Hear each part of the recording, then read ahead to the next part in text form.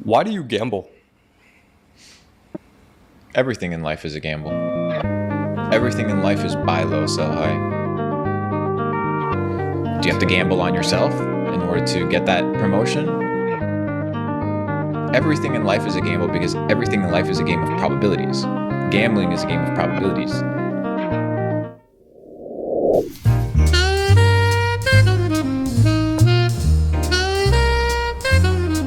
The fellas are all here, so let's see who's playing. Name's Connor Perkins, walking out with at least 120. Biggest loser, that guy right there, or Clark Kent in there. Well, I'm doubling up tonight, and I think Perk Thuggins is going to lose the most money. Hey. Alright, I'm Bo. I'm gonna win probably $80. And I think the biggest loser is gonna be Nolan. Alrighty. Clark Kaiser, Clark Kent I'm at least thinking to win $100 tonight, and the biggest loser's gonna be up there. Come and have fun. Up in Tobacco Road. Let's have a good one. My name is Jace. I think I'm going to win $47, and Mims will be the biggest loser. Hey. Alright, I'm Zeke. Tonight I'm going to walk out with just $100 because it's going to be that easy. Biggest loser is not even a question. Again, it's going to be Mason. He always loses every time. He has roid rage. It's a problem. My name's John. I'm going to win $0 tonight, and I think the biggest loser is Connor AP. My name's Akshay. I think that I'm winning maybe $10 tonight. I think the biggest loser is gonna be Clark Kaiser. Clark Kaiser is just god awful. Alrighty, and what do you got to say to the viewers after the last video? It was just a rough showing. Not great. Losing to the only hand that could have beat me. I had second nuts, and I lost to the nuts. I mean, what happens? Alright, prove them wrong, prove them wrong. Go. My name's Mason Ewing. I'm about to make $80 tonight. The biggest loser, that'd be Clark, bro. Clark's a bum, bro. Hey, alright, let's go. The first round of betting, 5 people called $2.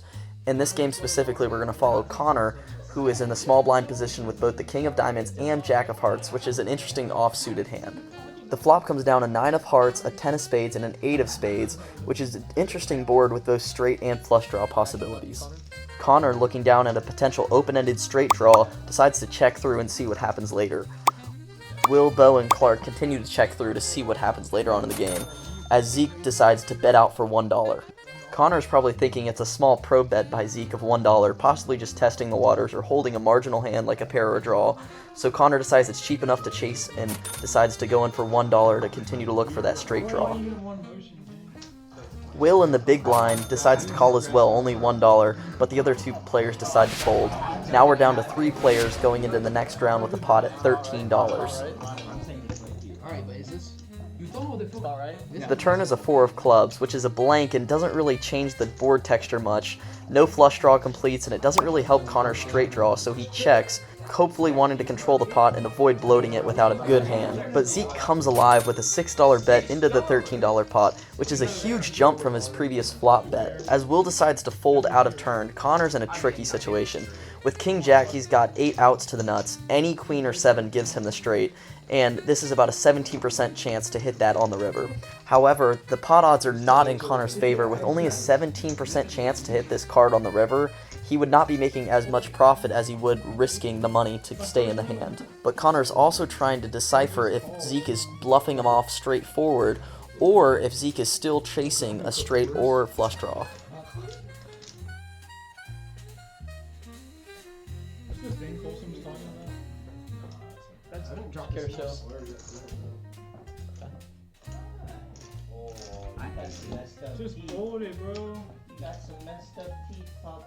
After a little bit of deliberation, Connor finally decides to make the $6 call.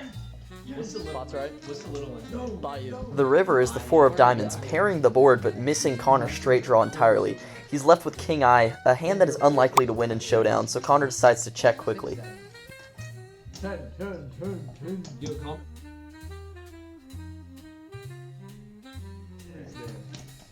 Zeke decides to bet $5.50 into the $25 pot, which is a value-sized bet that's not quite a bluff, but not a monster either. It's confusing what Zeke is representing here. Connor's in a tough spot because he doesn't know if Zeke hit a pair on the flop and now he's value betting, or it's a bluff to exploit Connor's previous checks. With only a king high, Connor decides to fold his cards. Zeke wins the pot but decides to hide his hand from Connor, so Connor has no idea and is unsure if he really made the right decision, but Connor did make the right decision as Zeke had a straight all along. Hi, did you beat me? This game we're going to be watching Clark, who's sitting in the +1 position just to the right of the big blind. He's looking down at an ace of clubs and a 10 of clubs, which is a solid suited hand that could provide a flush possibility or a straight possibility. He decides to bet out for $1 to begin with just to test the waters, but East follows by a $1 bet and Zeke decides to bet $1 also.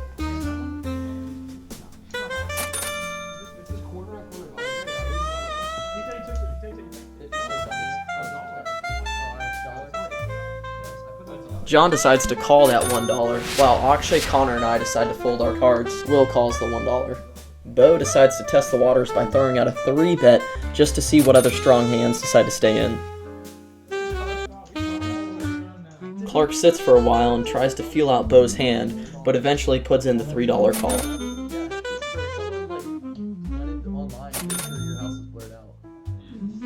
Like clockwork, Bo's 3-bet gains 3 more callers and forces John to fold, heading into the next round. The next round, the flop hits with a 3 of clubs, a 2 of hearts, and a king of clubs. This is a really great board because Clark has both a flush draw and the ace-10 of clubs. Will checks through as Bo decides to bet out for $3. Clark's in a sticky situation here because Bo's leading out strong into this pot, even though Clark has some great odds.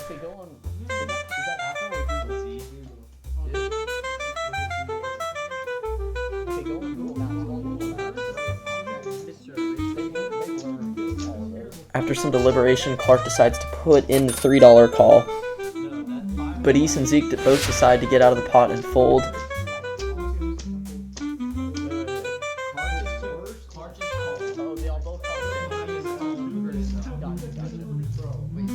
Will finally decides to put in the call, raising the pot to a total of $25 leading into the turn.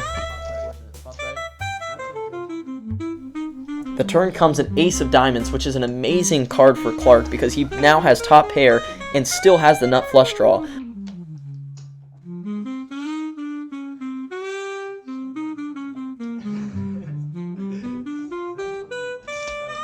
Out of nowhere, Will decides to bet $5, which is strange because he just starts to take the lead after slacking behind every other betting round and checking through. This really throws both Bo and Clark off because they don't know if Will really hit with that ace of diamonds. Bo decides to put in the $5 card, and Clark sits there and shows his cards to Badis, wondering if he really should put in this call. Clark immediately puts in the $5 call. The river comes in 8 of hearts, which is no help for Clark's flush, but his pair of aces is still strong. Clark's probably feeling good, but cautious. The board's pretty disconnected, so sets, 2 pairs, or even a missed draw are possible for both Will and Bo. No straight or flush came in, so Clark's ace-10 is still looking solid. Will checks and Bo checks also. Clark decides to check through in case Will or Bo were hiding a sneaky hand till the end. Bo flips over a pair of 5s while Will decides to muck his cards. Clark takes down this $35 pot with an ace-high pair. Clark takes it out. Yes, Clark. Take down. You had the flush draw and tip your scrambled partner. Zeke cashed out with $64 and 35 donuts. Akshay cashed out with $63. Denise man walked out with 78. $2. Mr. Ewing, big 60. Yo. Clark Kaiser, tonight's winner, $185. Hey! Oh. Good job. Cashed out with $13 in the green. $93. in the house, nigga, I was outside with